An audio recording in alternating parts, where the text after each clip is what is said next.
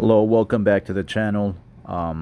This is gonna be a quick video. I'm gonna be doing some voiceovers on videos that I have done in English for those English speakers watching the channel. So this quick video is about checking the transmission oil fluid.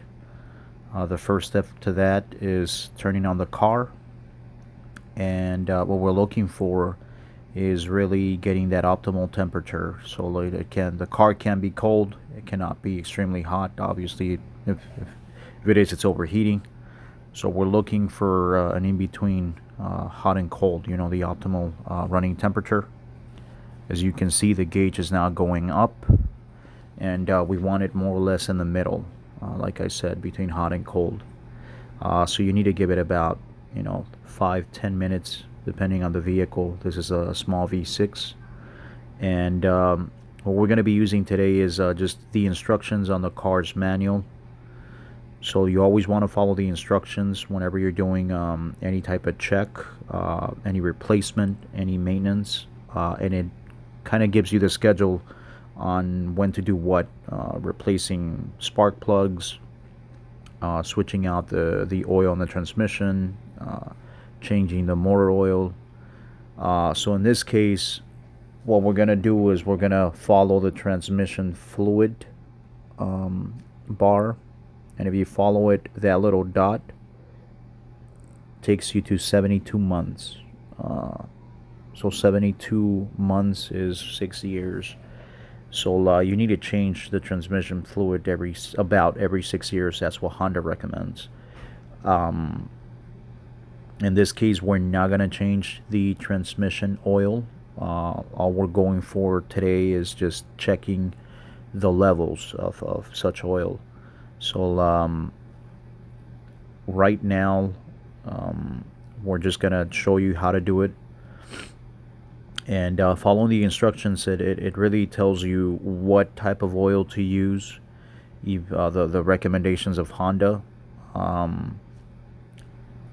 As you can see here under that page 222, transmission fluid, it gives you the level of the oil when you pull out the dipstick, and that's what we're going to show right now when we're under the hood.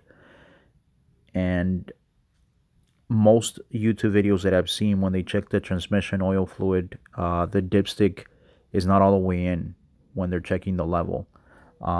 So the manual specifically says that the dipstick needs to be all the way down when checking the level, and then your oil mark needs to be in between those two dots, the upper mark and the lower mark on the dipstick.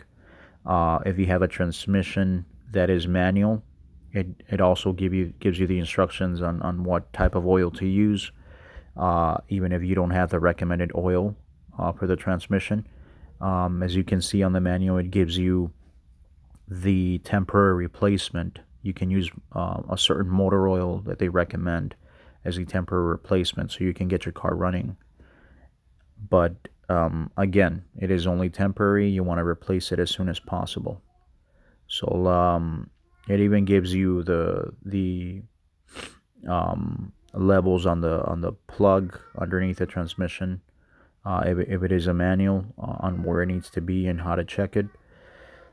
So right now that we have the temperature in between hot and cold, we're gonna go ahead and pop the hood. You want to turn off the car, and we're ready to check the levels.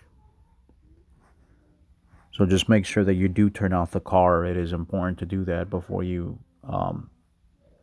meddle with the dipstick.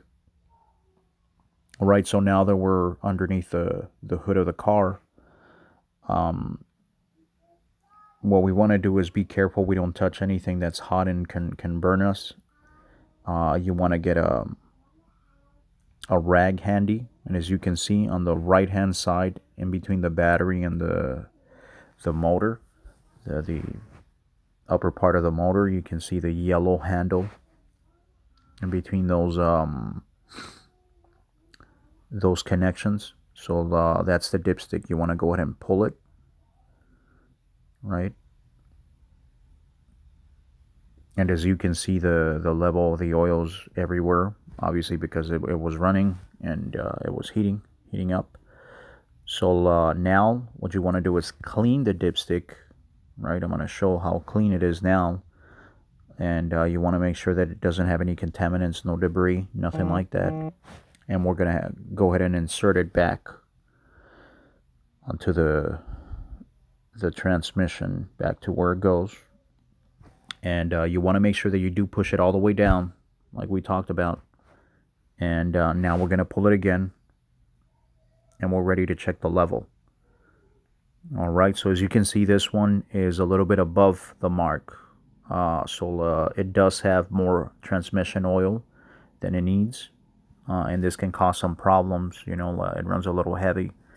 And you're looking for a pink color in the oil. This one's not pink, but it's not black like many others that I've seen where, you know, they haven't changed it in forever. And basically it's not that bad. It's not good. But it is a little over. So we need to change the transmission fluid on this one. It's 110 miles. And I don't think they've ever changed it. But as we can see, it needs the proper level on that transmission. So once you're done checking the level, what you want to do is make sure that the dipstick has no contaminants, and just put it back in. Again, make sure that it's all the way down and that it does lock. It has a little rubber seal, so you'll feel it. And that's it. That's how you check the levels of transmission fluid following the instructions on the car's manual. I do have another video coming up of you know, replacing the transmission oil, and also we're gonna have a video on checking the AC system. So just stay tuned. Thank you for the new subscribers. Thank you for following the channel, and I'll be doing more videos in English. We're going to be checking the AC lines, like I said, and we'll see you on the next one. Thank you for subscribing, like, comment, and share. We'll see you. Bye-bye.